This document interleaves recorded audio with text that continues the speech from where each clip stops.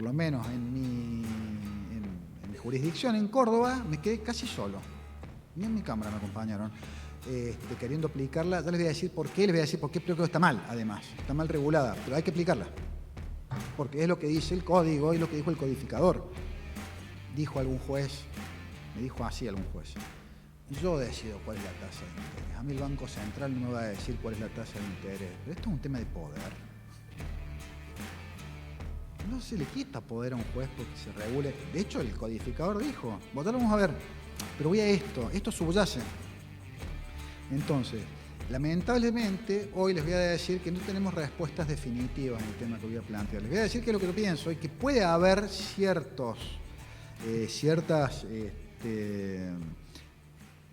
tenemos importantes instrumentos que nos dé el Código Civil y Comercial, que si los usáramos adecuadamente podríamos tener soluciones más certeras y esto nos daría más seguridad. ¿Qué es lo que necesitamos? ¿Para qué necesitamos más seguridad? Para saber, por ejemplo, en el caso de los accidentes de tránsito, de los daños y perjuicios en general. Accidentes decíamos porque en general el problema de los seguros no es que se reduce los accidentes de tránsito, pero es la gran mayoría. A ver, ¿qué ofrecer? ¿Cómo ofrecer? Saber cuál es el criterio, se aplica, se actualiza o no, la base, el límite de cobertura, está bien, la Corte dijo esto, pero y entre el 2023 y el 2025 hubo un poquito de inflación, ¿no es cierto? Y sí es razonable entonces que se actualice, ¿cómo? Entonces por ahí ciertas líneas jurisprudenciales nos podrían tirar elementos para darnos más seguridad, que es lo que necesitamos. Porque si no dependemos de lo que los tanos decían, la lotería forense con el daño moral, y termina siendo la lotería forense un todo. Y depende también mucho ahí del posicionamiento incluso ideológico que tenga el juez, sobre el derecho del consumo o no. En Córdoba tenemos cámaras que son más pro empresa, entre comillas, cámaras más pro consumo, y sobre lo mismo se falla de manera diferente. Y no está bueno que sea tan diferente, puede haber diferencia de criterios. Esto nos pasó con la prescripción, con el famoso artículo 58, los 3 años, los 5 años, el año. Bueno, pero hay cosas en las cuales, y esto es importante, la Corte ha sentado en materia de obligaciones de dar dinero. Eso sí, la Corte ha ido tirando mensajes muy claros y casi nadie les da bolilla. De los jueces hablo. Estoy haciendo un mea culpa. Porque a mí nadie me va a decir qué tasa de interés fijo yo, porque tengo el poder de Grayskull. ¿No se acuerdan? Los más viejos saben de lo que hablo. He-Man. No, es la tasa de interés, no es tan grave. Ese es el punto. Y ahí empieza el problema de la falta de seguridad. Bueno. Yo en un artículo hablaba del pandemonio jurisprudencial con las obligaciones de dar dinero. Y el pandemonio jurisprudencial, que aún sigue existiendo, pasa que ahora el tema se calmó un poquito porque hay una tendencia a la baja de la inflación. O sea, el problema de fondo, ¿cuál es? La inflación, no hay duda. Los que ya tenemos algunos años, yo me acuerdo, cuando cursábamos obligaciones, justo en el año 91 salió la ley de convertibilidad. Y el problema de la bolilla 5 pasó de ser la más importante a la menos importante de la materia. Porque en 3 años la inflación se detuvo. Discutiremos las causas, si Menem hizo bien, hizo mal, lo que sea, pero a los efectos prácticos la bolilla 5 para nosotros era fácil, básicamente. Y ahora es la bolilla difícil nuevamente. ¿Por qué es la bolilla difícil? Porque el problema de fondo es la economía. Ese es el problema de fondo. El problema de fondo es la inflación. Nosotros lo que analizamos acá es no los efectos de la inflación en el aumento de la prima, o de si el valor del auto subió, lo que sea, el valor del mercado, sino los efectos de la inflación en una obligación de dar dinero diferida, cuyo cumplimiento se difiere en el tiempo por la causa que sea, no solamente por mora, por plazo, porque está sometido a un plazo, por la causa que sea, no se cumple en el mismo instante en que nació, y por la razón que sea se difiere, viene la inflación, la corroe. Entonces, ¿cuál es el problema de fondo? Y esto sí, más allá de que no he hecho encuestas estadísticas, ni he buscado un psicólogo ni nada, pero ¿qué subyace en la mente de los jueces en todo esto? La búsqueda de una solución justa frente al desfasaje. Y la búsqueda de la solución justa, se los puedo asegurar, no sé si todos lo van a confesar o no, es IPC más el 8 anual, cuando hablamos de tasa de interés. ¿Por qué IPC más el 8 anual? Como punto de arranque y de partida. Porque todos pensamos en un capital no depreciado, que se mantenga constante, con una tasa de interés moratorio razonable, 8 anual. Ese es el punto de partida sobre el cual, consciente o inconscientemente, los jueces nos paramos a la hora de determinar luego cuánto hay que pagar, sea cuantificando un daño, sea determinando, me tocó una vez, hace muy poco, era un juicio de cobro de un seguro, habían robado el auto a una persona, un juicio de cumplimiento contractual contra la aseguradora, bueno, se había negado, que no había cumplido no sé, tal o cual carga, la cuestión es que en definitiva se determinó la responsabilidad. Claro, habían pasado algunos años, desde el 2018 hasta el 2024, y el actor con un buen abogado, reivindico al abogado, el héroe silencioso de la jurisprudencia, creo que le decía Matilde Zavala González, con un buen abogado, cuando demandó, dijo, mire, yo el día que me robaron el auto, con lo que podía cobrar de indemnización, el premio, podía comprarme ese auto, nuevamente. Hoy que estoy demandando, vieron que hubo un desfasaje en el aumento de los autos que fue terrible, los autos planes fueron los que sufrieron el impacto más visible, pero también el mercado asegurador. Ese desfasaje de los autos fue mayor a la inflación, por cuestiones de mercado, por cuestiones de importación y por cuestiones de inflación. Ustedes saben que el IPC es un promedio. El IPC es un promedio de cosas que suben más y cosas que suben menos. Los autos subieron más. Entonces dijo el actor, yo lo que quiero el día que me paguen es una suma de dinero que me permita comprarme ese auto. No la suma del límite de cobertura que me tenían que pagar en aquel momento actualizada con IPC porque me da menos de lo que vale el auto. Yo me quiero comprar el auto porque en ese momento ese límite de cobertura, la cobertura que me tenía que pagar, me daba para comprarme el auto. Estaba muy bueno el planteo. Cuando yo fallo el caso, creo que fue en el 2024 o 2023, no me acuerdo, la inflación en el lapso había sido un 4.000%. ¿Cómo la arreglo? ¿Cómo arreglo un 4.000% de inflación? Imposible. Entonces, declaré la inconstitucionalidad de la prohibición de indexar para ese caso puntual por las razones, porque ese es el otro problema, barrios de la Corte de Buenos Aires. Le han hecho decir a Barrio todo lo que Barrio no dice, ¿vieron? O sea, en título catástrofe, la Corte bonaerense declaró la inconstitucionalidad. Sí, pero la Corte bonaerense en un caso, está bien que es doctrina legal, lo que sea, pero hizo los números, contrastó todos los guarismos y dijo, acá esto no se puede arreglar de otra forma que no sea así. Y eso no lo podemos extender a todo, a troche y moche, como dirían las viejas. Es como el caso duto de la incapacidad vital en Córdoba. Le han dicho de decir todo lo que no dice. Ese es el problema que tenemos también. Le hacemos decir a los fallos lo que los fallos no dicen. Yo en un fallo puse ojo, 2 puntos, se lo juro. Ojo, 2 puntos. Ojo.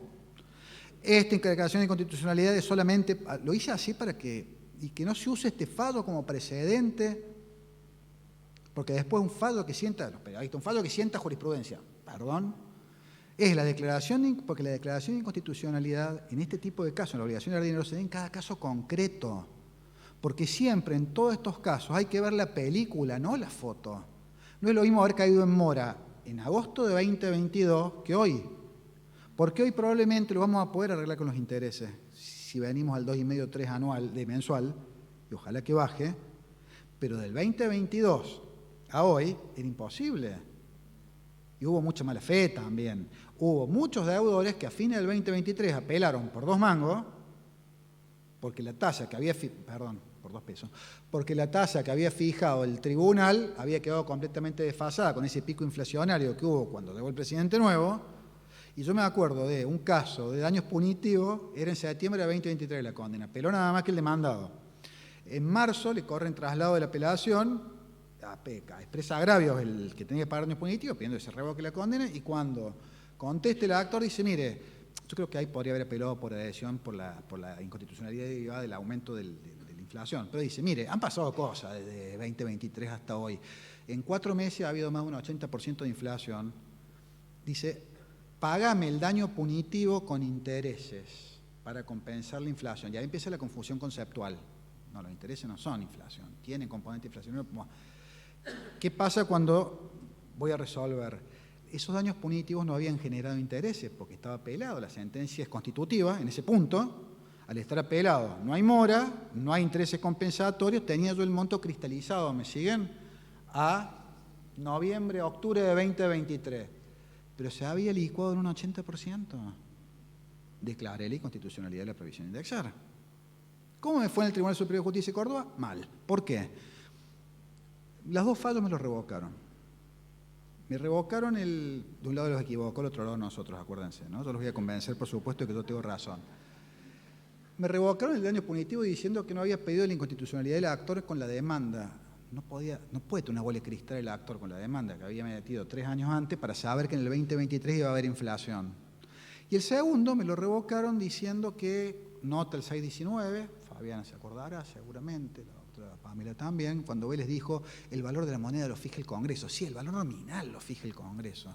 Entonces se agarraron de Mazzolo, un caso de hace 15 años, y diciendo que esto es una cuestión de política monetaria, de política económica, y que no se puede declarar la inconstitucionalidad de la previsión de indexar. Y le dijo a la Cámara de Reambio, arreglarlo con los intereses. El caso del 4.000% de desfasaje. ¿Con qué intereses arreglamos un 4.000%? Con un interés de un 4.000%.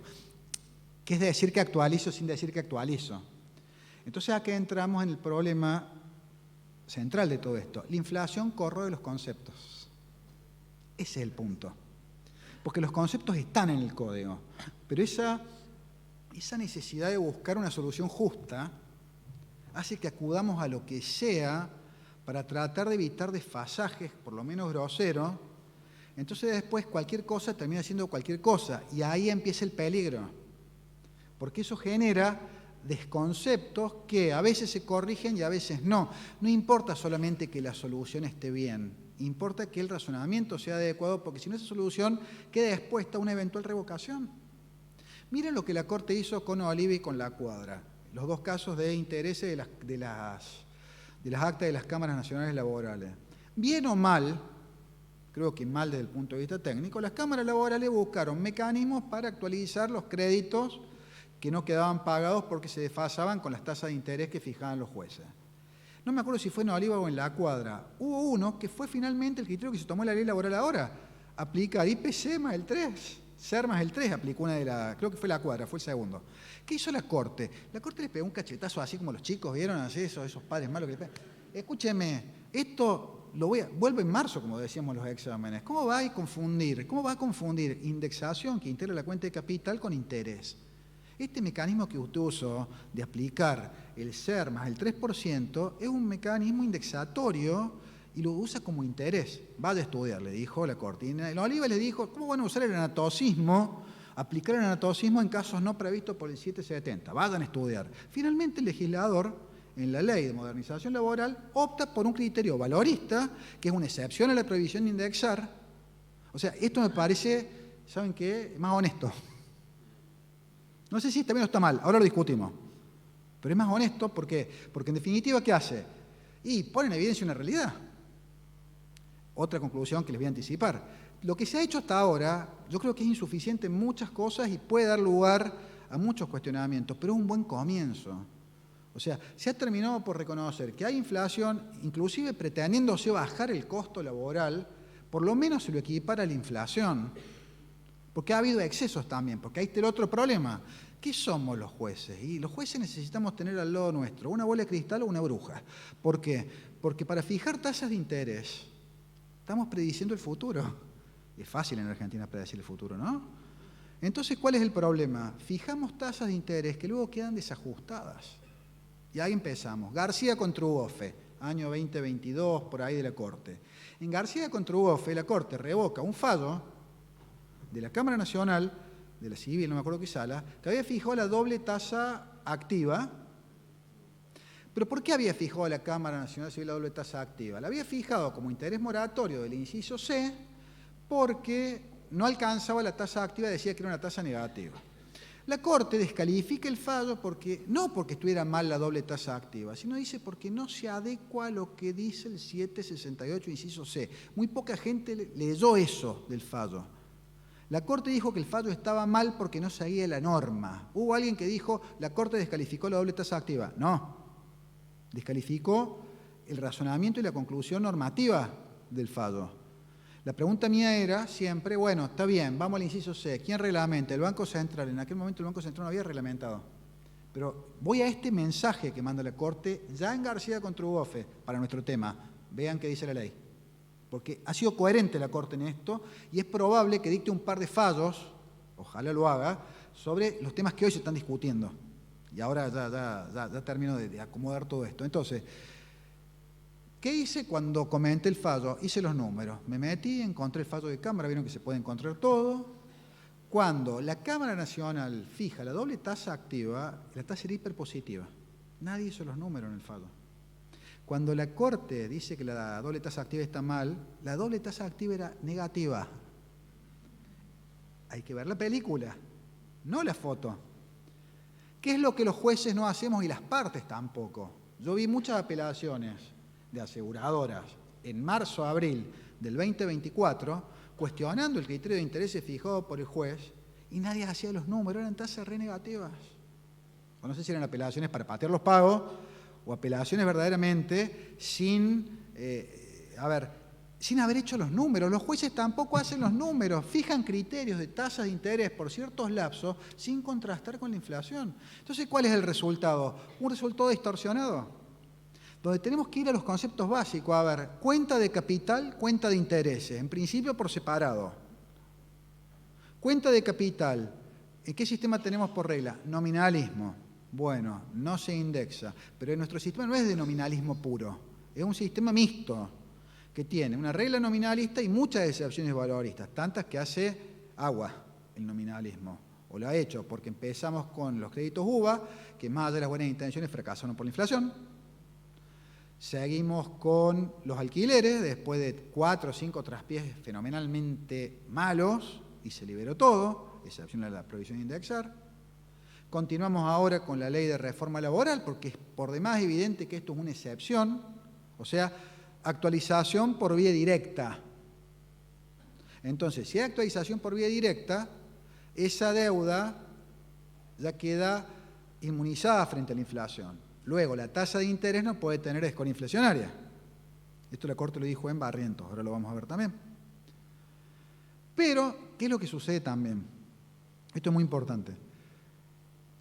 Nuestro sistema es nominalista por regla, injusto el nominalismo, y sí, nominalismo y valorismo son dos sistemas de las obligaciones dinerarias que enfrentan seguridad y justicia. El nominalismo te da seguridad, el valorismo te da justicia. Y no siempre va a ganar alguno de los dos. O sea, a ver, no siempre va a ganar la justicia o no siempre va a ganar la seguridad. Si la inflación es baja, el sistema tiende a ser nominalista porque brinda seguridad y eso genera un beneficio general para la economía. Los jueces no sabemos de economía, ese es otro problema muy grave. Porque hay que ver todas estas cosas. Hay que leer macro, hay que leer derecho monetario para saber los efectos de las sentencias que uno dicta en todo esto. ¿Por qué está el sistema nominalista? Porque una cuestión de seguridad, que con economías medianamente sanas, un sistema nominalista desalienta la especulación. Y hay excepciones valoristas que cuando el sistema está bien diseñado, como en Chile, potencian actividades productivas. Ejemplo, si yo dejo un plazo fijo en Chile por más de 3 meses, me pagan el costo inflacionario más el interés propio del plazo fijo. Entonces nadie se guarda los dólares en el colchón. Primero porque confían en el sistema, igual que nosotros, ¿no es cierto? Primero porque confían en el sistema. Segundo porque el dólar se deprecia si es moneda. Tercero porque me pagan la inflación. ¿Qué tienen los bancos? Liquidez. ¿Qué genera eso? Crédito barato, porque hay oferta. Entonces se generan círculos virtuosos a nivel económico. Pero son todas planificaciones con mirada estadista, mirando a mediano plazo. Cosas que acá, lamentablemente, todavía no podemos hacer porque la coyuntura nos come. Ese es el problema. Entonces, nominalismo, valorismo, y depende del caso y depende de la situación. La regla de nuestro sistema nominalista no está mal. Lo que está mal es la fenomenología subyacente y la economía. El código, algunos dicen, debió ser un código valorista. Los códigos regulan la normalidad, no la anormalidad. Pero ¿qué pasa con el nominalismo y el valorismo? Han dejado de ser, y la prohibición de indexar, en mi opinión, pero estoy más solo que don Ramón, como dicen los chistes, para mí ha dejado de ser orden público la prohibición de indexar. Los pactos indexatorios son válidos. El Tribunal Superior de Córdoba ha dicho que no, que es orden público la prohibición de indexar. Ahora, ¿alguno de acá hace familia? ¿Cuántas homologaciones existen todos los días de acuerdos alimentarios que se actualizan por el INDECO, por el índice de salario? Porque la gente no toda trabaja en blanco en este país. Por supuesto que si trabaja en blanco, fija un tanto por ciento de salario, sale el sol, sale para todos, aumenta la cuota, se aumenta el salario.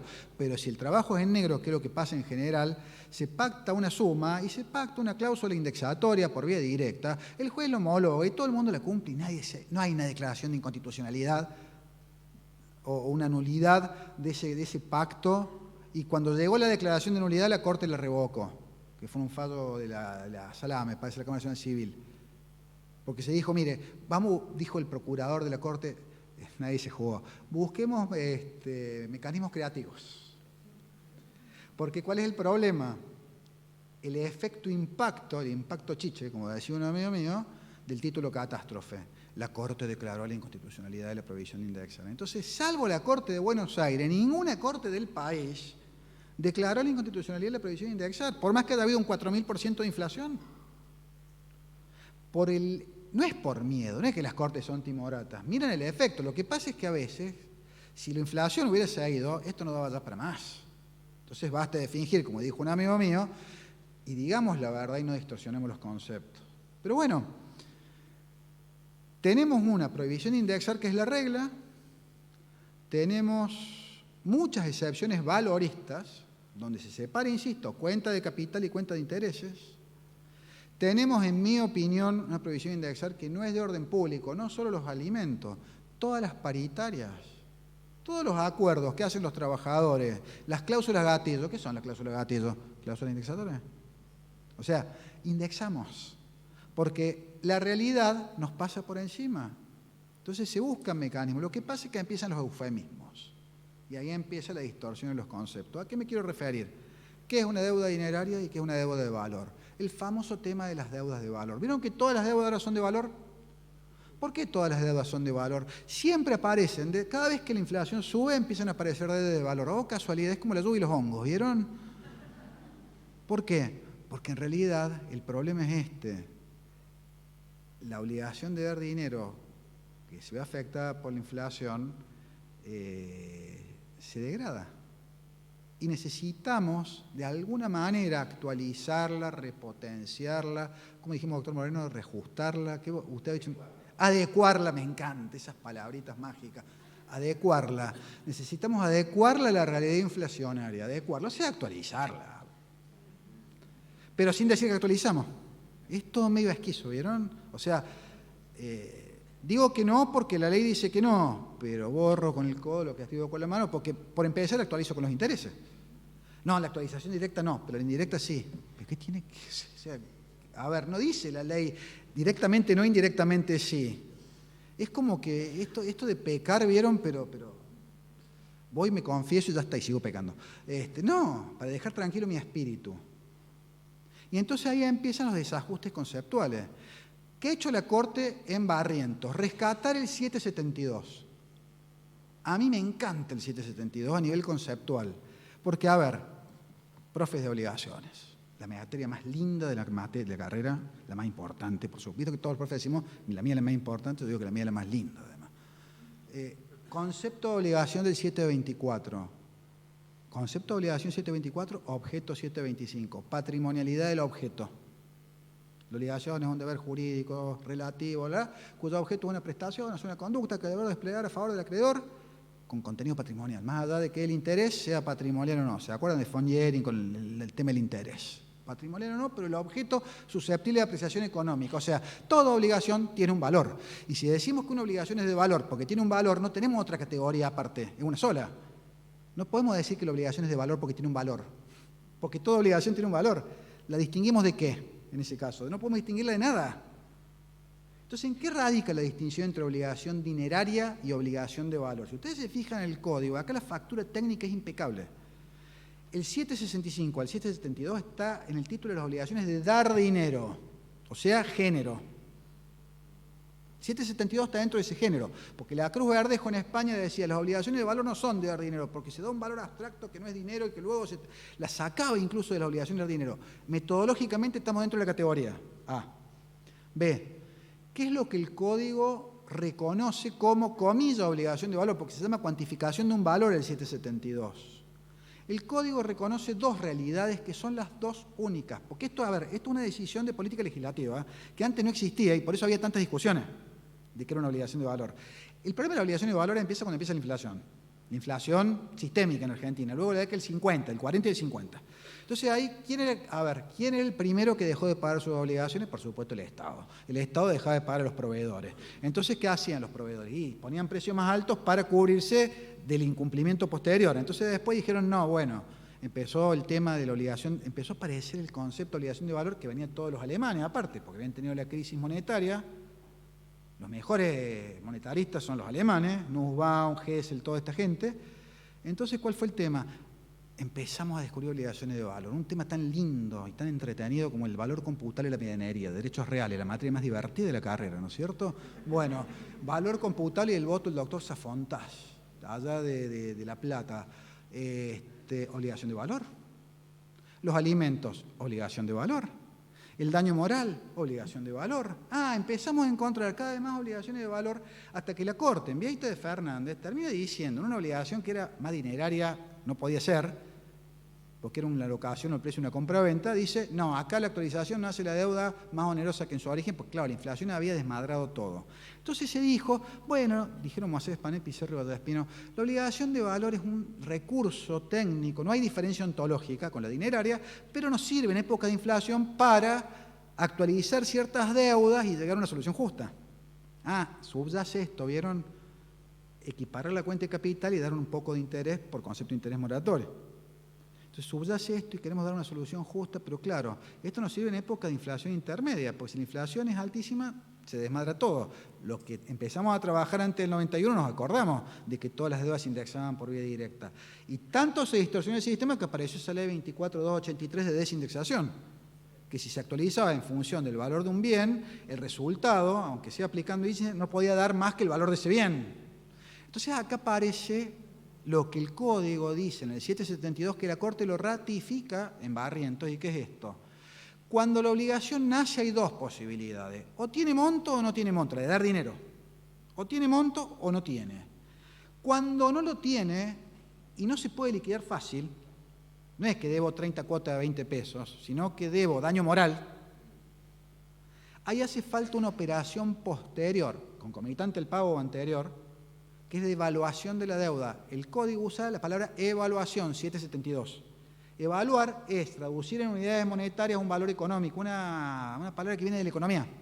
Si ustedes se fijan en el diccionario de la Real Academia, evaluar tiene significado económico. Y dice el Código, una vez que se evalúa la deuda, rigen las disposiciones de esta sección. O sea, la obligación pasa a ser dineraria.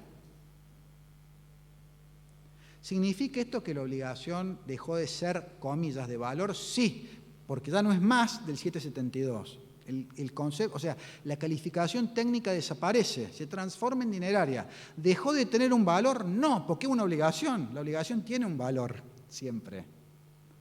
Entonces, por ejemplo, no sé si está el doctor Sobrino acá, que me va a pegar, pero yo creo que, bajo este concepto, el límite asegurado es una obligación dineraria y existe el monto. Lo que pasa es que la Corte en Barrientos dice esto. Barrientos es un caso para enseñarlo a la facultad, a todos los chicos, para que vean, porque es un manualcito de obligación de valor. Dice, cuando se debe un valor, y dice un valor abstracto, o sea, enfatizan el tema del valor como para separarlo de la suma ya determinada, dice, la obligación es inmune a la inflación. Claro, porque vamos a determinar el valor en el momento que corresponda, como dice el 772, después vemos que eso es el momento que corresponda, pero hasta ese momento la inflación no la afecta porque todavía no hay monto. Y la inflación es un problema monetario, afecta el valor de la moneda. Entonces no hay pérdida de poder adquisitivo de la moneda, hay aumento del valor del bien, que es otra historia. Y dice la Corte, entonces, ¿por qué falla Barrientos? Por el tema de la tasa de interés. Y dice, mientras la obligación es de valor, como es inmune a la inflación, la tasa de interés no puede tener score inflacionaria, estaría mandando a pagar 2 veces lo mismo, la tasa es pura, básicamente. Eso es lo que dice en la Corte de Barrientos. Pero dice algo muy importante. Una vez que la obligación de valor se evalúa, queda expuesta a la inflación. Claro, porque ya tenés un monto. Eso es lo que está explicando la Corte ahí. Entonces, naturalmente, si se han devengado intereses, de lo que sean, esos intereses, sí, hay prohibición de indexar en el crédito, van a tener que contemplar el fenómeno inflacionario, va a tener que haber actualización por vía indirecta. Mal que a mí me pese a nivel conceptual, porque eso a la noche me despierto los gritos, está mal, eso sueño con estas cosas, con el problema del desconcepto. Y mi mujer, ¿qué te pasa? ¿Qué te pasa? Las obligaciones de valor, no, cortalo, ya, me tenés harto. Pero es que sí, ¿por qué vamos a actualizar si la ley dice que no? Porque no queda otra, no queda otra. Entonces, con el límite de la suma asegurada, que es en definitiva una suma, una obligación dineraria sometida a condición suspensiva, y si se ha producido un desfasaje, el resultado de bien injusto, entonces hay que ponerse los pantalones, a los jueces les hablo, entre comillas, y eventualmente enfrentar la posibilidad de que esto pueda ser pasible de una declaración de inconstitucionalidad en el sentido de la prohibición de indexar. No es justo que si el límite era 30.000, creo que era en Flores en su momento, y pasaron 15 años, se tengan que pagar 30.000 a valor nominal. No es justo. Pero está el instrumento en la ley y en el sistema. El sistema no es de decir, como hacemos todos ahora, es una obligación de valor. Esquivo la prohibición de indexar y la actualizo. Me quedo tranquilo con mi conciencia. Pero no conózola, que te bocha. Porque eso no es lo que dice el 772. Voy a lo que dije al principio. No podemos hacerle decir al código lo que no dice porque no nos gusta lo que dice. En las jornadas nacionales de la Universidad de la Austral, en 2024 fueron, sí, allá en Pilar, se discutió este tema muchísimo. En la Comisión de Obligaciones estuvo muy divertido porque hubo 70 ponencias, creo que fueron. Y la mayoría terminó diciendo, reconociendo, sí, la obligación se transforma en dineraria. El problema es que hacemos después que la obligación es dineraria. Entonces ahí nos enfrentamos con el problema de la prohibición de indexar. Y no puede ser que si la distorsión ha sido fuerte, no se corrija de alguna manera. Ese es el punto. Y ahí todos tenemos que sincerarnos. Porque, diría Augusto Mario Morelos, a veces nos atrincheramos en la sinrazón. Entonces he visto posturas muy, muy cerradas de deudores, sobre todo en daños. Vamos a ver qué pasa ahora con los intereses. En las aseguradoras también, muchísimo, decir, no, el límite de cobertura, el límite nominal, esto es lo que se pagó. Sí, pero era allá y estás en mora. Y tu cliente está en mora. Yo no he visto ninguno que venga y deposite el límite asegurado y diga, me voy y lo dejo solo el cliente, que lo pueden hacer, ¿no es cierto? Está, obviamente, en la ley esa facultad. Se pelea hasta el final, y la pelea hasta el final tiene su riesgo. Ese es el problema.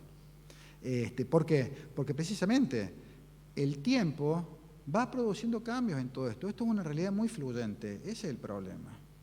Entonces, me conviene, ahora, y vamos a sacarle todo componente ético, lo que se haga esta mañana. ¿Me conviene pagar o no pagar? Yo la plata legítimamente la trabajo, naturalmente. No es que recibo todo lo que me pagan los asegurados y lo guardo en una caja en efectivo para sacarlo después y pagar los siniestros. Obviamente hago trabajar la plata y me daba mucho más eso que eventualmente pagar una tasa de interés completamente desfasada de un juez que no se dio cuenta porque no hizo los cálculos y de un abogado del actor que menos se dio cuenta, o al revés, que también es tan nocivo como esto porque distorsiona el sistema, los deudores financieros que están rebeldes, que se le mandan a pagar unas tasas y quedan a veces. Ahora en Córdoba tenemos tasas, porque somos especiales los cordobeses, en la República Independentista de Córdoba tenemos tasa pasiva más el 3 mensual de tasa de interés como criterio, no del Tribunal Superior, pero una causa laboral. No tenemos doctrina legal, porque todo el mundo cree que es doctrina legal. Tasa más el 3. Hoy tasa más el 3 mensual, partido de un 36 anual, más tasa pasiva. Es hiperpositiva, 70 y pico me dio en el último caso que vi. La tenemos que bajar. ¿Cómo tasa más el 3? La fijó el juez cuánto hace un año. El demandado rebelde, bien, gracias. Y le corre un interés de un 70, un 80, un 90% contra una inflación del 30%. Tiene que haber interés por mora separado de la inflación, pero no puede ser tan distorsivo. En todo este marco aparece la TIM. ¿Vieron la canción Ya apareciste tú? ¿Se acuerdan? La TIM, la tasa de interés moratorio, que al Banco Central, después de 10 años de somnolencia, se le ocurre regular. Y empieza otra discusión, porque todo se discute acá. ¿Qué dice el inciso C? A ver, del 768. Es muy didáctico, la parte esta dineraria en el código está bien hecha, es muy didáctica, es muy clara. A los fines que a nosotros nos importa, en el sistema, porque acuérdense que esto es la parte general de todas las obligaciones de dar dinero del mundo mundial en Argentina, básicamente, así le digo yo siempre a los chicos. O sea, toda la teoría general está condensada en esos 7 artículos, está toda condensada en esos 8 artículos. ¿Y qué distinguimos?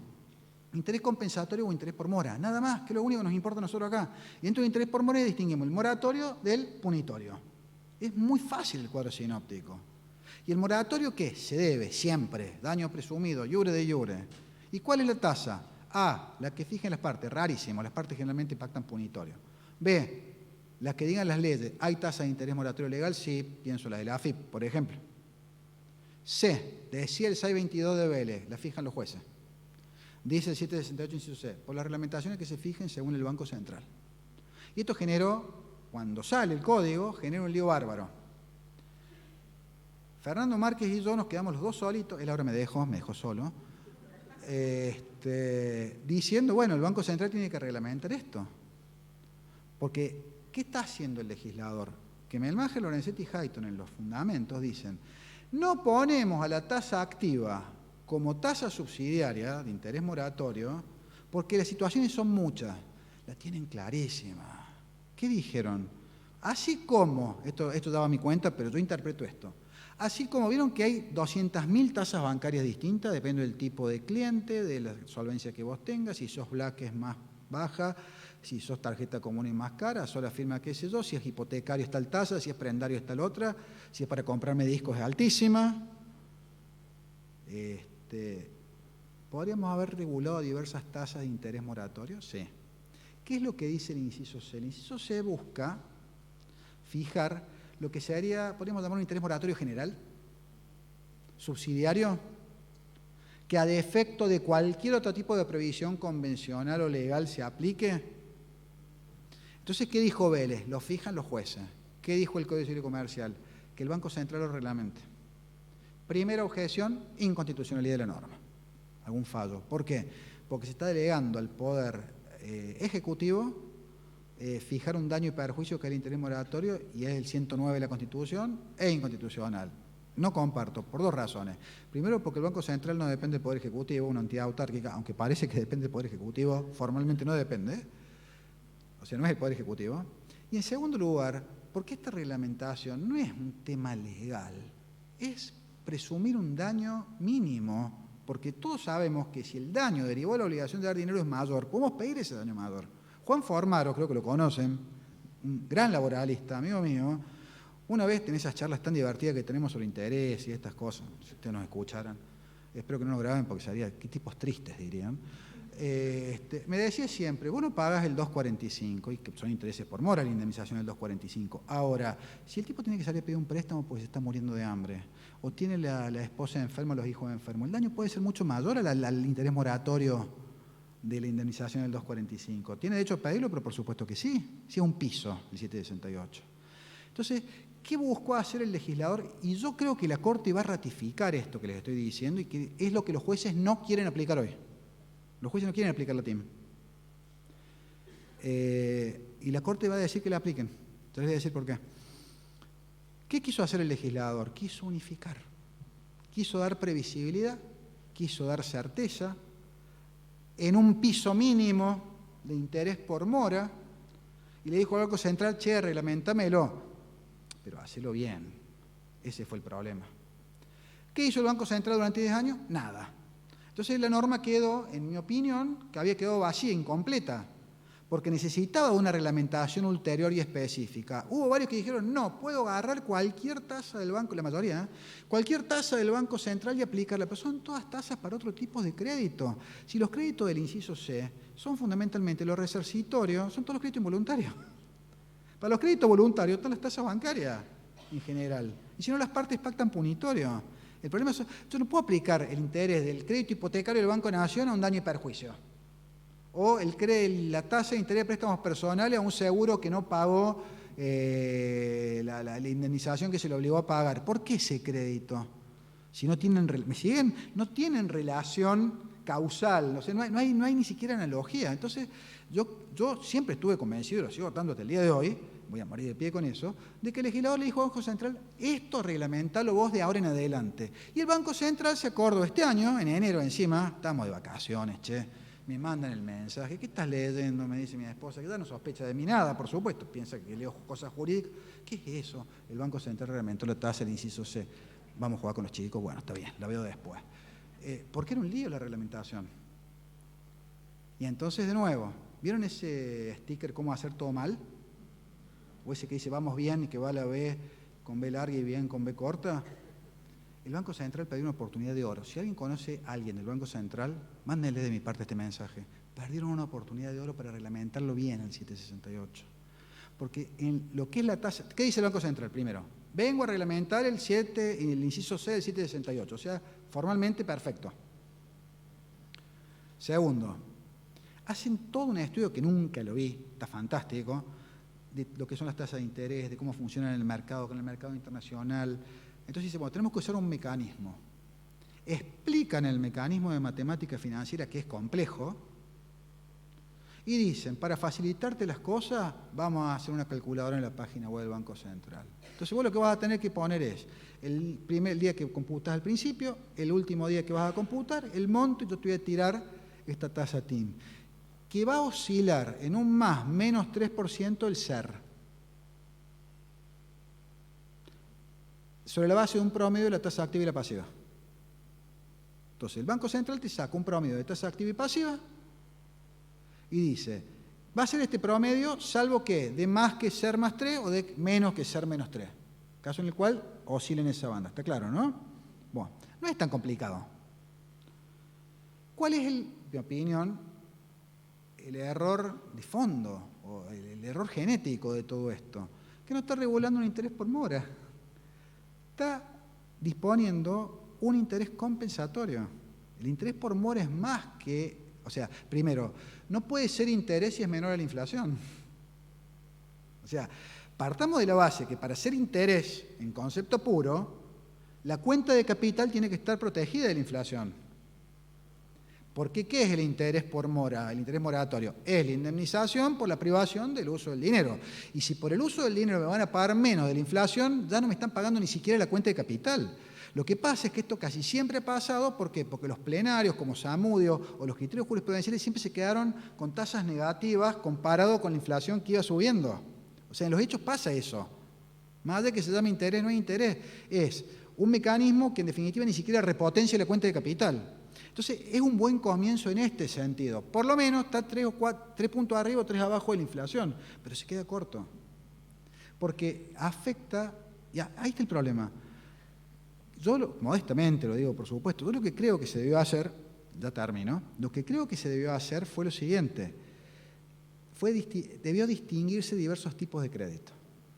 Entonces, generar bandas, eso sí, entre diversos tipos de crédito, porque no es lo mismo un acreedor que perdió una pierna y tiene un daño patrimonial, un daño moral fenomenal, que un deudor financiero frente a un acreedor financiero. Esa gente buena que le presta plata a la gente que no tienen, ¿vieron? Y que después encima se le quiere cobrar a tasas que son, bueno, deudores financieros que no se defienden, que firman pagarés por cualquier monto, donde hay una situación de vulnerabilidad estructural que es fenomenal. Y en este país, con los índices de pobreza y de necesidad que hay, o sea, a ver, me llegó el otro día, todos usamos Mercado Pago y Mercado Libre, nos encanta, ¿no es cierto? Festival del Crédito se llama la propaganda. ¿Cómo Festival del Crédito? No me digan eso. Claro, Festival del Crédito. Vení, endeudate. ¿A tasas rebajas o no? Bueno, ese es el problema que tenemos. Está toda la gente endeudada. Entonces, no podemos, así como los bancos, y legítimamente el Banco Central lo regula, trata de manera diferenciada, según la cara del cliente, o sea, según la naturaleza del crédito. No es lo mismo el crédito prendario que el hipotecario, que la sola firma, que el para... ¿Querés arreglar tu casa? Banco Santander te ofrece entonces un crédito para arreglar la casa, pero tenés que probarlo, o sea, la causa final incide, y ahí las tasas son bajas porque buscan incentivar. El Banco Central, ¿qué debió hacer, en mi opinión? Regular diversas tasas, pero no 20, 4. Una de ellas, decía yo, era la laboral, y apareció la ley laboral. No veo tan mal lo de la ley laboral, porque, a ver, esto va a mi cuenta. ¿Qué supongo yo? Se ha querido bajar el costo. Acá todo se mira en Buenos Aires y punto. Empecemos por lo básico. Se quiso bajar el costo laboral. Me parece que ese fue el problema de las ART. Se quiso bajar eso, de entrada por la puja que hay con las cámaras laborales. ¿Es legítimo? Sí, está bien. Pero aquí esto comprende todo un universo mucho más grande.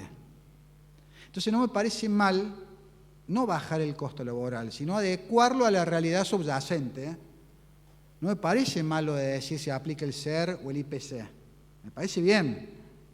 Pero si hablamos de interés por mora, el interés por mora tiene que ser algo más que eso. No puede ser un 3 más, es poco, y no puede eventualmente ser menos que la inflación. Entonces ahí, vuelvo a la institucionalidad,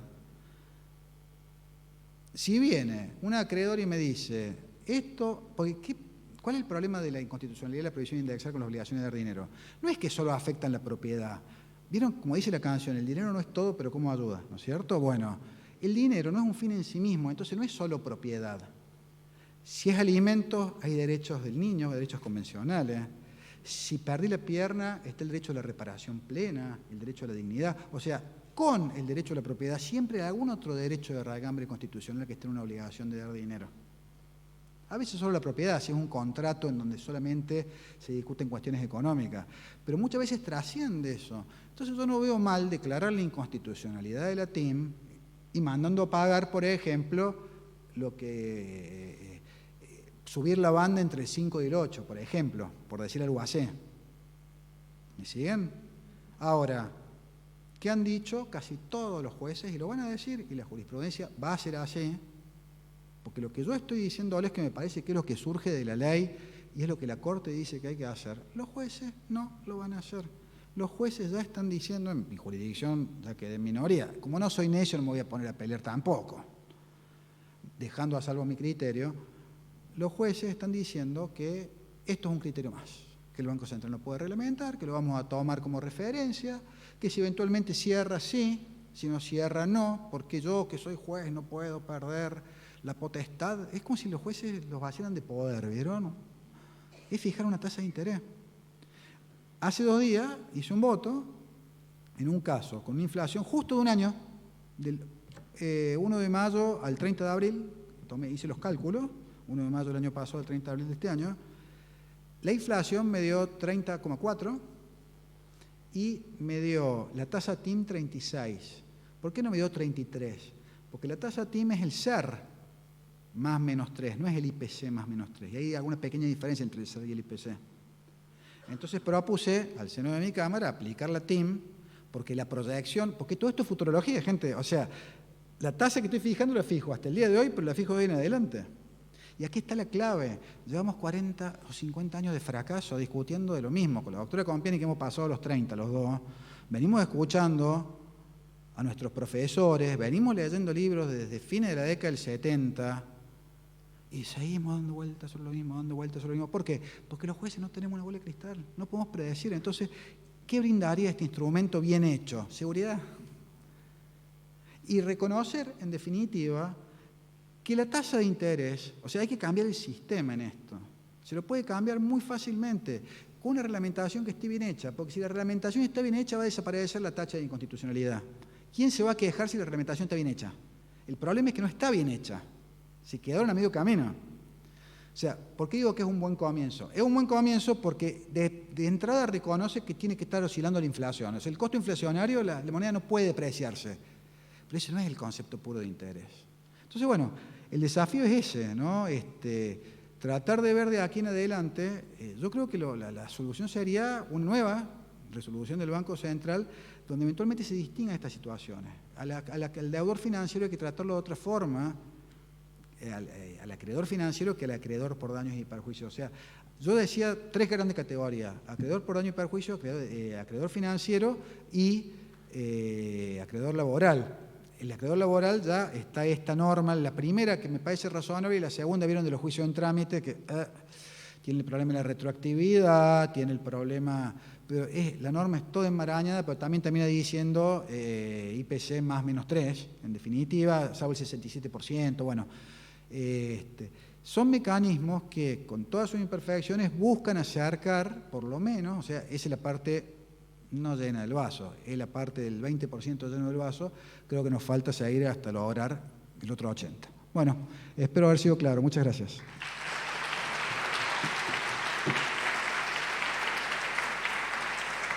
Dame el micrófono, ¿no? Abrimos el espacio para preguntas y comentarios. A los efectos de preservar la dinámica del encuentro, el doctor Ossola responderá hasta 3 intervenciones. Les vamos a pedir que levanten sus manos para poder acercarles el micrófono. Sí. Muy bien. Hola, buenas noches. Primero, 2 comentarios. Sí. Uno, soy de Córdoba. No se nota. Bueno, menos mal. Nah. Una tranquilidad tal vez para usted. En los juzgados sí están aplicando TIM. Tuvimos una reunión con los jueces. En 38 me aplicaron TIM, totalmente en desacuerdo, pero no puedo hacer nada. Doctora Walter. Sí, Nadia Walter. Tuvimos una reunión, les explico algo, porque uno también hace las suyas, obviamente. Tuvimos una reunión con los jueces de primera instancia, pues los jueces de primera instancia ven a la TIM como algo muy bueno para uniformar frente al volumen. Entonces, ¿qué hace la TIM? La TIM le tira la pelota a los abogados. Ese es el punto. No traslada a los jueces la responsabilidad. No lo veo tan malo. Al que no le cierre o vea que está mal, que lo plantee. Sí, bueno, justamente eso. Me está pasando que todas las demandas que estoy presentando, al menos por los cálculos que yo hago con TIM, y la verdad que no alcanza para los intereses moratorios. Me parece que va totalmente en contra de la reparación plena por ahora. Afecta el principio de reparación plena. Todas las demandas en el Ministerio Público, todas, porque en todas declaré la inconstitucionalidad. Veremos. Está mal, para mí por eso, está mal reglamentada o sea, es un muy buen comienzo, punto. Exacto. Y una cuestión que tal vez, no sé si a mí no me quedó en claro, en una obligación de valor tenemos este interés moratorio. Para adelante, clarísimo, TIM, y para atrás también TIM. No, tasa pura. Hay jueces igual se aplica tasa pura. Hay jueces que han aplicado la tasa TIM desde antes en el daño moral, cuantifican el daño moral, no en Córdoba, sino he visto algún fallo de alguna otra jurisdicción, cuantifican el daño moral al valor de hoy, que es la sentencia, y le ponen tasa TIM desde el día de la mora, ¿no? Hasta el día, la Corte lo dijo claro en Barriento, tasa pura. La obligación, claro. Porque una cosa, hay un artículo que está medio desapercibido, que es el 1748, un artículo de un renglón y medio, que dice un montón de cosas en un renglón y medio, pues dice, los intereses se deben de la producción del perjuicio. ¿Qué significa esto? A, que no se deben desde el hecho dañoso, se deben de que se produce el daño se puede producir después. Causalmente, puede suceder que un daño se consolide y se produzca después del hecho dañoso. Segundo, que la mora es automática, ya lo sabemos, por ende, desde el mismo momento del perjuicio hay mora. Y después que corre la prescripción o no, ustedes saben, eso es contingente, puede no correr la prescripción porque puede haber una causa suspensiva, puede ser un abuso sexual, con lo cual no empieza a correr hasta que, si es una persona incapaz, hasta que cese la incapacidad. O sea, que corre la prescripción es algo completamente distinto a todo lo que estamos diciendo. Pero todo eso es 1748. Entonces, ¿qué es la clave? Hay mora desde el momento mismo del daño, hay interés moratorio, por más que no esté todavía evaluada la deuda. Entonces, hay un error común que es, cuando el daño se fija por pericias, fijar el interés del día de la pericia en adelante. Y no es del día de la pericia en adelante, es del día del daño. El día de la pericia, eso pasa con la pérdida de valor venal, por ejemplo, el automotor. Obviamente, el perito lo fija en el día que hace la pericia y después la sentencia se dicta después. Y a veces algunos jueces dicen, interés del día de la pericia en adelante. No, el interés del día del choque. Lo que pasa es que son dos intereses sucesivos, que no se capitalizan, está más que claro. O sea, tasa pura hasta el día que se evaluó, tasa con escoria de ahí en adelante de manera sucesiva. Se suman. Eso era. ¿Está más o menos contestado? Siguiente pregunta. Hola, doctor. Bueno, fundamentalmente esta problemática que se está planteando es un debate que viene a través de los siglos y de los tiempos. En el siglo V a.C., Platón decía, lucha siempre por el derecho, es decir, por la ley. Lucha siempre por el derecho, pero cuando éste esté en pugna con la justicia, lucha siempre por la justicia. ¿Y qué quería decir con esto? Que el valor superior de todos es la justicia.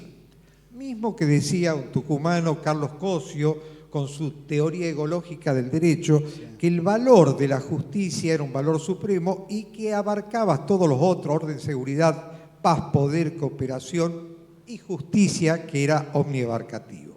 Acá el debate está entre la seguridad jurídica, la gran seguridad jurídica, y el valor justicia. Sí. Y ante el valor justicia, la seguridad jurídica es un valor menor.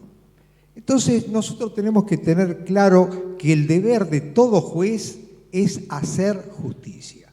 Especialmente en un contexto inflacionario, en un contexto de inestabilidad, el juez tiene que dar una respuesta justa.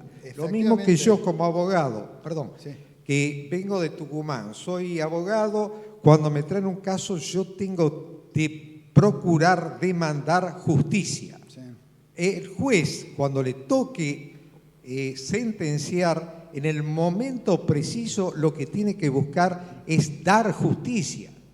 Y si el camarista, cuando llega el momento, también tiene que ver que en ese momento hacer justicia.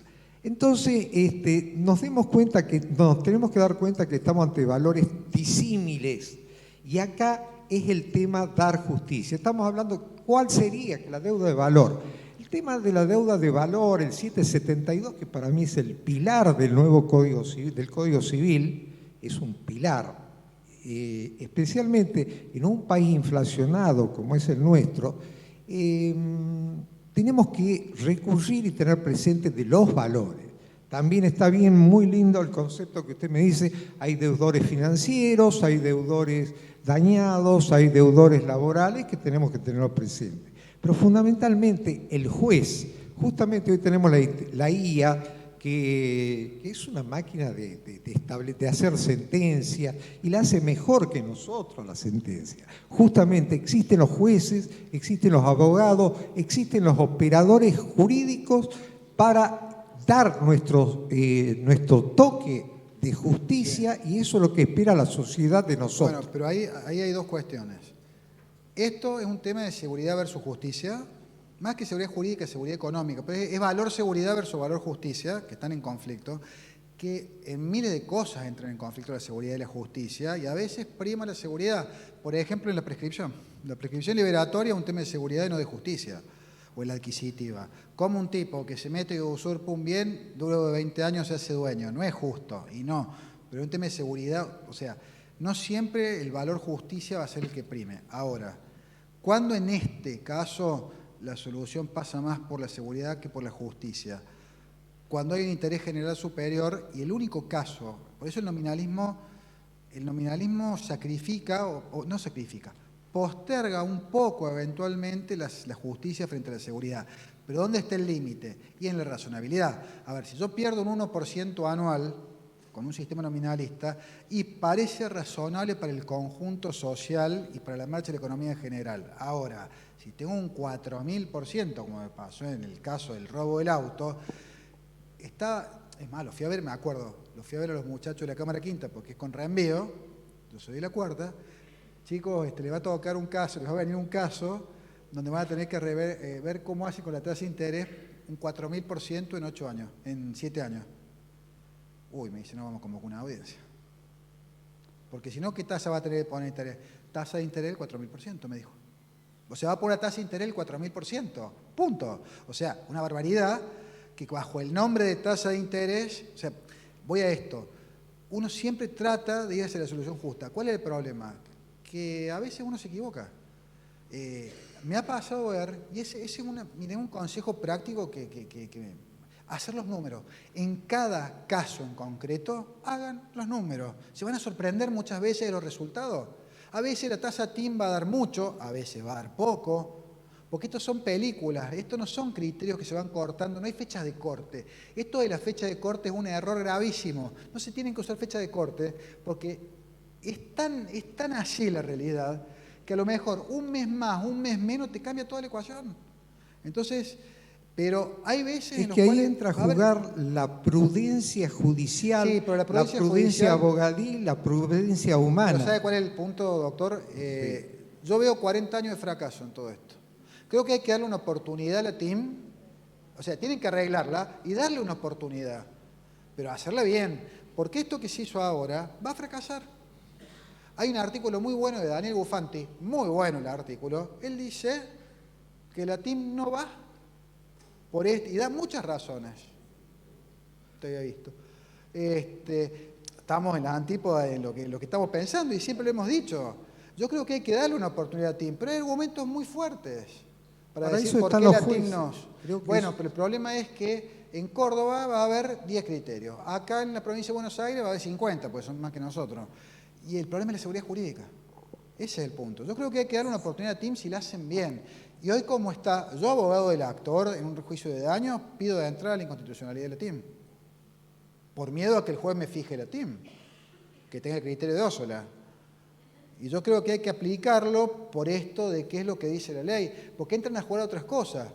Entran a jugar, ¿quién declara la inconstitucionalidad de qué y cómo? No se puede de oficio. Acá son todos intereses particulares. Segundo, ¿y la congruencia? La otra vez me tocó hay un problema, los problemas de congruencia, o sea, las cuestiones procesales acá son dirimentes. La otra vez me viene un caso, una disidencia de otra cámara, de un lado los equivocó, del otro lado nosotros, acuérdense, era una demanda por 5 pesos, le habían dado 3 pesos, era mucho más complejo, apeló por los 2 que le faltaban y el juez dice, no, la responsabilidad civil es de orden público, el daño es 10, así que mando a pagar 7. No, el tipo apeló por 2, el daño era 10. Había un tema de mala praxis del abogado fenomenal. Entre otras cosas, se comió de pedir una terapia psicológica por la muerte de un hijo de una persona, que saltó, por supuesto, en la pericia, que necesitaba una terapia psicológica de años, esa madre, y no estaba pedido en la demanda. Y era una injusticia no dárselo, pero hay un tema de congruencia. Entonces, entran a jugar todas estas variables que en definitiva no nos permiten por ahí decir siempre va a triunfar la justicia, que es el imperativo que todos tenemos, está más que claro. A veces la seguridad tiene que, pero bueno, es así, no es sencillo. Siguiente pregunta o comentario. Es más, doctor, usted ha sido el único que ha escrito sobre el tema. No hay artículos sobre el tema. Publicado en El Derecho.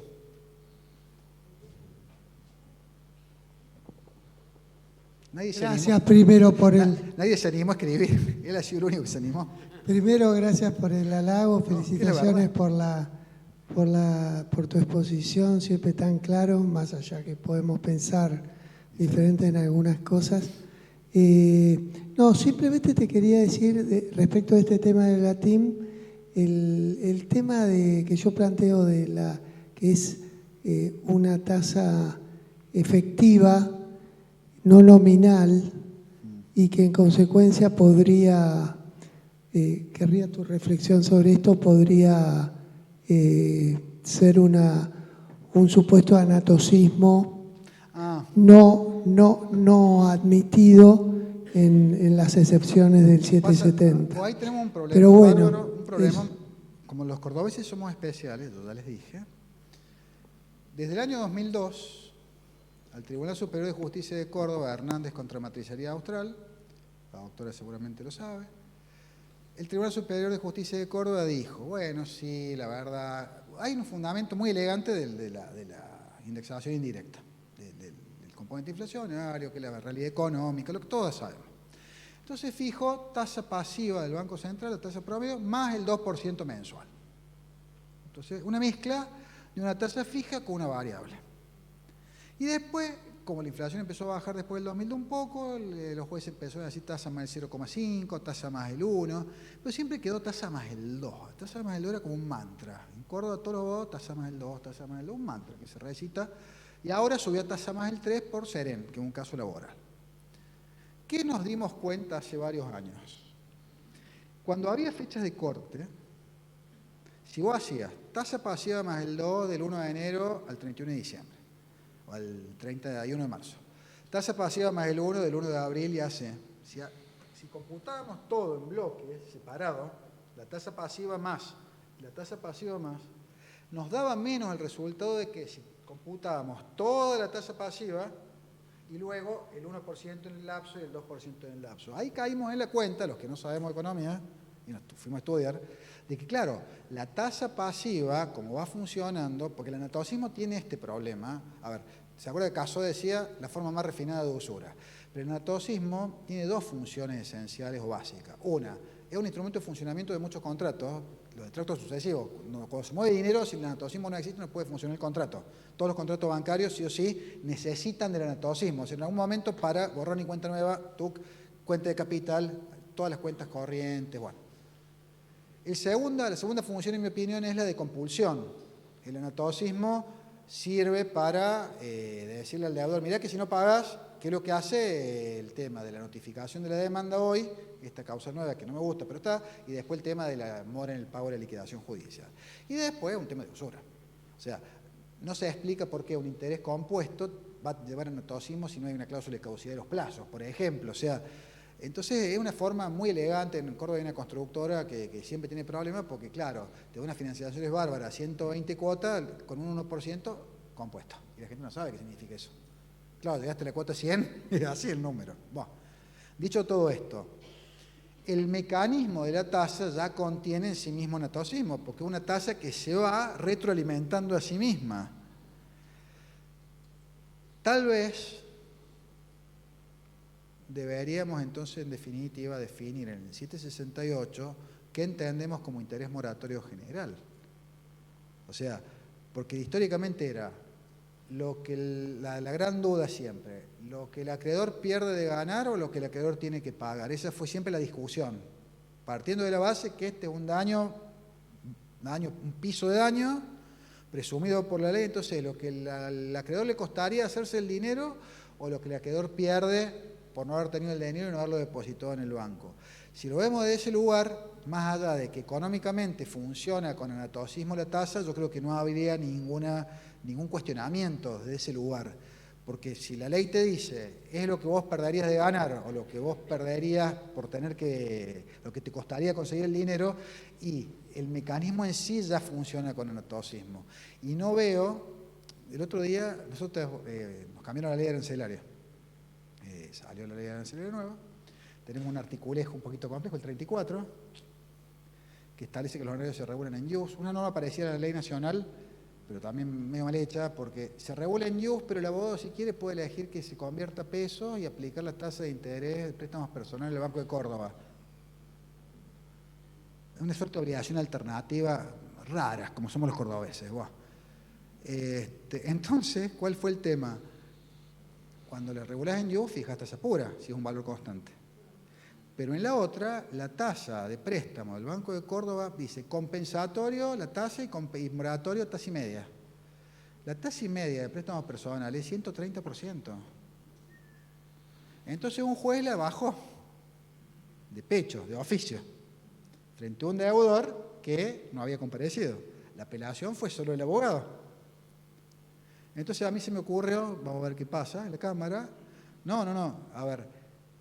Si yo declaro inconstitucional la norma, no solo se me viene el colegio de encima, sino que además el tema impacto de la inconstitucionalidad es complicado. La verdad, a veces uno tiene que pensar en eso. Me agarré del 771. El juez puede morigerar la tasa y no dice que la legal no la pueda morigerar. Entonces, sin la declaración de inconstitucionalidad, la morigería que a IPC más el 8. Es una burrada, diría la Corte. Lo dijo en la cuadra, IPC más el 3, una burrada desde el punto de vista conceptual. Ahora, ¿qué me van a decir del resultado? Una tasa de interés que sea IPC más el 8, o sea, busco un mecanismo al que le asigno el rol de interés moratorio, más allá de que puramente no sea un interés moratorio. Y sí, es medio distorsivo a nivel conceptual, estoy buscando la solución justa. Porque no puedo convalidar, por más que el demandado no haya venido, una tasa de interés de un 120 anual. Hoy es una probabilidad. Y pasa un elefante adelante mío y no puedo quedarme. Tenemos, más allá de que vieron con el 960, la intervención de los jueces en los contratos y todo esto, que Melmacher, que va a estar aquel viernes, dijo algo, me acuerdo esos 5 minutos de intervención que tuvo cuando fue el tema de la ley bases, que ella tuvo intervención, que fue a la comisión. Dijo algo así como, lo voy a decir torpemente porque no tengo la belleza narrativa que ella tiene. El código es una mesa de 20 patas. Sácale una pata y la mesa va a salir firme. ¿Qué tenemos nosotros en el código? El artículo 10, la segunda parte donde dice que el juez debe neutralizar los efectos jurídicos de una situación jurídica abusiva si eventualmente se presenta. O sea, debe neutralizar, tiene el mandato de hacerlo de oficio, pero están todos los límites, o sea, justicia, valor justicia, pero están todos los límites procesales. A veces está mejor un deudor que no compareció que uno que sí compareció. Porque si el que compareció no se defendió, no planteó una inconstitucionalidad, no pidió que la tasa baje, son intereses disponibles. El orden público a veces se retira y a veces actúa de diversa manera aún en situaciones análogas. El orden público a veces sigue actuando frente a un deudor que no se defendió, pero deja de actuar frente a un deudor que comparece, se defiende de algunas cosas y de otras no. Me acuerdo una vez, con esto cierro, si quieren seguimos, no tengo problema, como era el tema no me gusta, crédito hipotecario, 75.000 excepciones de inhabilidad, las rechazo a todas y veo la tasa de interés que era altísima, pero era un crédito entre dos particulares y digo, mira, acá nadie cuestiona la tasa de interés, mando a pagar esto, vaya a saber por qué pactaron esta tasa. Apeló el demando y la Cámara dijo, no, la tasa es abusiva. Pero si no la había cuestionado, el tipo tuvo derecho de defensa 20 excepciones. no cuestionar la tasa de interés. Entonces muchas veces uno está más cómodo, entre comillas, pues, pero esto es un tema sociológico inclusive. La gente vive embargada, vive endeudada, entiende que eso es normal para comprar un par de zapatillas. Y bueno, puede quedarse impávido ante eso. Entonces, como verán, no hay respuestas definitivas. A mí me gustaría que las normas sean un poco más claras, porque esto que está, la Corte, yo estoy seguro que en algún momento va a llegar un fallo donde la Corte va a decir hay que aplicar la TIM, porque es lo que dice el legislador. Y si no nos gusta, hay más, o sea, la vía es la inconstitucionalidad, la Corte lo viene diciendo. Hay muchas formas de declarar la inconstitucionalidad de la TIM. A mí no me gusta la TIM, no me gusta el resultado de la TIM. Si lo hubieran hecho bien, no estaríamos discutiendo cuestiones tal vez de forma legislativa que son también muy importantes, pero si algo está bien hecho y va a tener aplicación. Los jueces necesitamos también tener tranquilidad en todo esto, porque estamos constantemente revisando tasas de interés, estamos tirando el bulto, entonces a veces le pegamos, a veces no le pegamos, la gente no se defiende y esto genera toda esta inseguridad, que eso es lo que a mí siempre me ha preocupado como juez. Esto que fijábamos fecha de corte y teníamos reuniones todos los meses para ver qué tasa de interés fijábamos, porque no sabíamos. O sea, era una oportunidad bárbara para hacer la cosa bien, pero bueno, es Argentina, ¿no? No me están grabando, ¿no? Por favor. Pero es así, era una oportunidad bárbara para hacer bien las cosas, pues la verdad, el estudio económico que hay en la resolución de la TIM está fantástico. ¿Cuál es el único detalle? Es un interés compensatorio. Todos los casos que se mencionan son todos de créditos voluntarios. El costo del dinero, o sea, regularon algo para el costo del dinero. Error, era interés moratorio. No era el 767, era el 768. No sé. Vamos a invitar ahora al doctor Daniel Bufanti, integrante de la Asociación Argentina de Derecho de Seguros, quien hará entrega de un presente al doctor Ósola.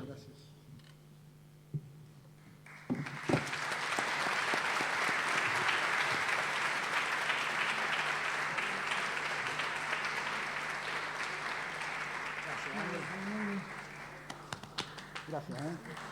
Gracias.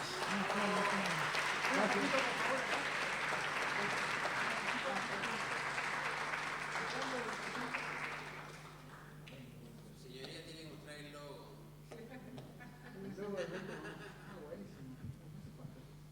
Mi esposa me dijo, comprate una nueva de esta.